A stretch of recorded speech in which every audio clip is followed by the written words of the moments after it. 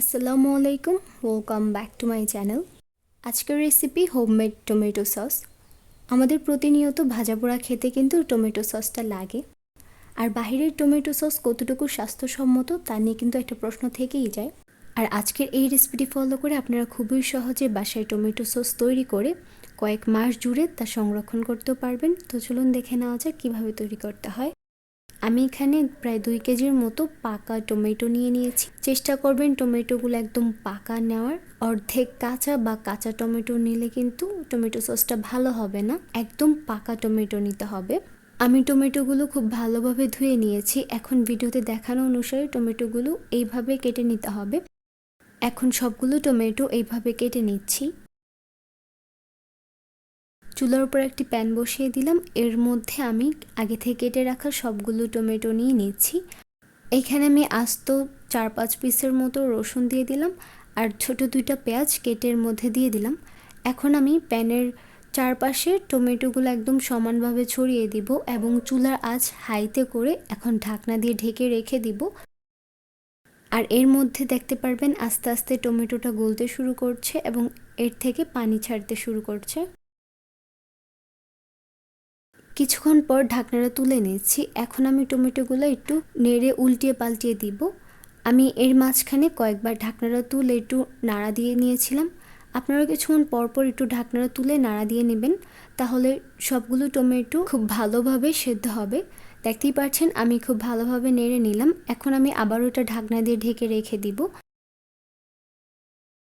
আর এর মধ্যে দেখতেই পাচ্ছেন আরও কিছুটা পানি ছাড়তে শুরু করেছে। আর এই পানির মধ্যেই কিন্তু টমেটোগুলো খুব ভালোভাবে সেদ্ধ হয়ে যাবে।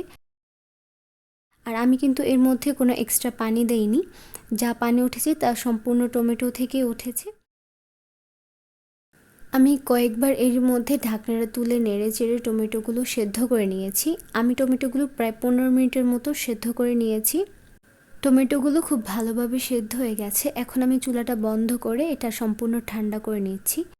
আমি টমেটোটা খুব ভালোভাবে ঠান্ডা করে একটি ব্লেন্ডার জারে নিয়ে খুব ভালোভাবে ব্লেন্ড করে নিয়েছি। অবশ্যই টমেটোগুলো ব্লেন্ড করে নেবেন। এখানে একটি মিক্সিং বোলের উপরে স্ট্রেনার বসিয়ে নিয়েছি আর এর মধ্যে টমেটো পিউরিগুলো নিয়ে নিলাম। এখন এগুলো খুব ভালোভাবে ছেঁকে নিচ্ছি। আর টমেটো পিউরিটা অবশ্যই ছেঁকে নেবেন, এতে টমেটো সসটা অনেক ভালো হবে। দেখতেই পাচ্ছেন টমেটোর খোসা এবং বাকি জিনিসগুলো স্ট্রেনারের মধ্যে চলে এসেছে। আমি এইভাবে সবগুলো টমেটো ব্লেন্ড করে খুব ভালোভাবে ছেঁকে নিব। এখানে অ্যাড করে দিচ্ছি 1/3 কাপ পরিমাণ চিনি আর দিয়ে দিচ্ছি 2 টেবিল চামচ পরিমাণ মরিচের গুঁড়া। ঝাল আপনারা যেরকম খেতে পছন্দ করেন সেই অনুযায়ী এর মধ্যে মরিচটা দিয়ে দিবেন। দিয়ে দিলাম এখানে 1 চামচ পরিমাণ লবণ। লবণটা পরবর্তীতে চেক করে দেখবেন, যদি মনে হয় যে প্রয়োজন তাহলে আর একটু লবণ অ্যাড করে দিবেন আপনারা। এখন সব কিছু খুব ভালোভাবে মিশিয়ে নিচ্ছি। টমেটো পিউরিটা আমি একটি প্যানের মধ্যে নিয়ে নিলাম এবং এটা একটা চুলার উপরে বসিয়ে দিলাম। আর এই পর্যায়ে কিন্তু টমেটো সস তৈরি করার ক্ষেত্রে চুলার আঁচ প্রথম থেকে শেষ পর্যন্ত মিডিয়ামে রাখতে হবে এবং অনবরত নেড়ে চেড়ে কিন্তু সসটা তৈরি করে নিতে হবে, না হলে কিন্তু নিচটা লেগে যাওয়ার সম্ভাবনা থাকবে। দেখতেই পাচ্ছেন এই পর্যায়ে কিন্তু টমেটো পিউরিটা কিন্তু ফুটতে শুরু করেছে। আমি প্রায় 5 মিনিট টমেটো পিউরিটা জাল দিয়ে নিয়েছি আর এরই মধ্যে এটা অনেকটা ঘন হয়ে গেছে। এখন আমি এর মধ্যে হোয়াইট ভিনেগার দিয়ে দিচ্ছি।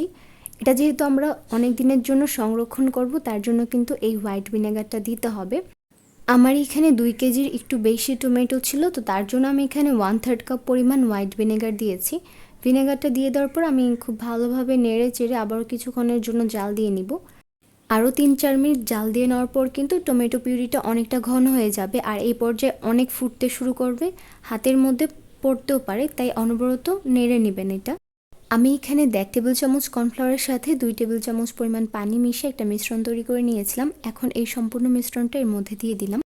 যখন টমেটো পিউরিটা অনেকটা ঘন হয়ে যাবে তখন এই কর্নফ্লাওয়ার মিশ্রণটা দিয়ে দিতে হবে। আর এই কর্নফ্লাওয়ার মিশ্রণটা কিন্তু অবশ্যই টমেটো সসের মধ্যে দিবেন, এটা কিন্তু স্কিপ করা যাবে না।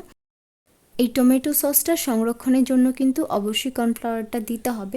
যদি আপনারা না দেন তাহলে যখন আপনারা এটা সংরক্ষণ করবেন তখন কিছুদিনের মাথায় কিন্তু এই টমেটো সস থেকে পানি ছাড়তে শুরু করবে এবং সসটা খুব তাড়াতাড়ি নষ্ট হয়ে যাবে। আর 2 কেজি টমেটোর জন্য 1.5 টেবিল চামচ কর্নফ্লাওয়ারই কিন্তু যথেষ্ট।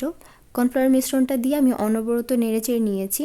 আর এটা কিন্তু অনবরত নেড়েচেড়ে তৈরি করে নিতে হবে, না হলে কিন্তু নিচটা লেগে যাওয়ার সম্ভাবনা থাকবে। তো এই পর্যায়ে বেশ টমেটো সসটা ঘন হয়ে গেছে, প্রায় হয়ে গেছে। আর আপনারা কীভাবে চেক করবেন টমেটো সসটা হয়েছে কিনা? এইভাবে একটি বাটির মধ্যে একটু টমেটো সস নিয়ে নেবেন, নিয়ে এভাবে কাত করে ধরলেই দেখবেন যে এটা বেশ ঘন, এর মধ্যে কোনো পানি নেই। এখন চুলাটা বন্ধ করে এটা চুলা থেকে তুলে নিয়েছি। আর দেখতেই পারলেন কত সহজে তৈরি করে নেওয়া যায় হোমমেড টমেটো সস। আর আপনারা এটা কিভাবে সংরক্ষণ করবেন, টমেটো সসটা যখন সম্পূর্ণভাবে ঠান্ডা হয়ে যাবে তখন এরকম একটি কাচের বোতলে বা যে কোনো কাচের জিনিসে আপনারা টমেটো সসটা নিয়ে ইজিলি ফ্রিজে 5 থেকে 6 মাস সংরক্ষণ করতে পারবেন। তো আশা করছি আজকের এই ভিডিওটি ভালো লেগেছে। ভিডিওটি ভালো লাগলে লাইক, কমেন্ট ও শেয়ার করতে ভুলবেন না, এবং আরও নতুন নতুন রেসিপির আপডেট পেতে অবশ্যই চ্যানেলটি সাবস্ক্রাইব করবেন। তো আজকে এই পর্যন্তই। আল্লাহ হাফেজ।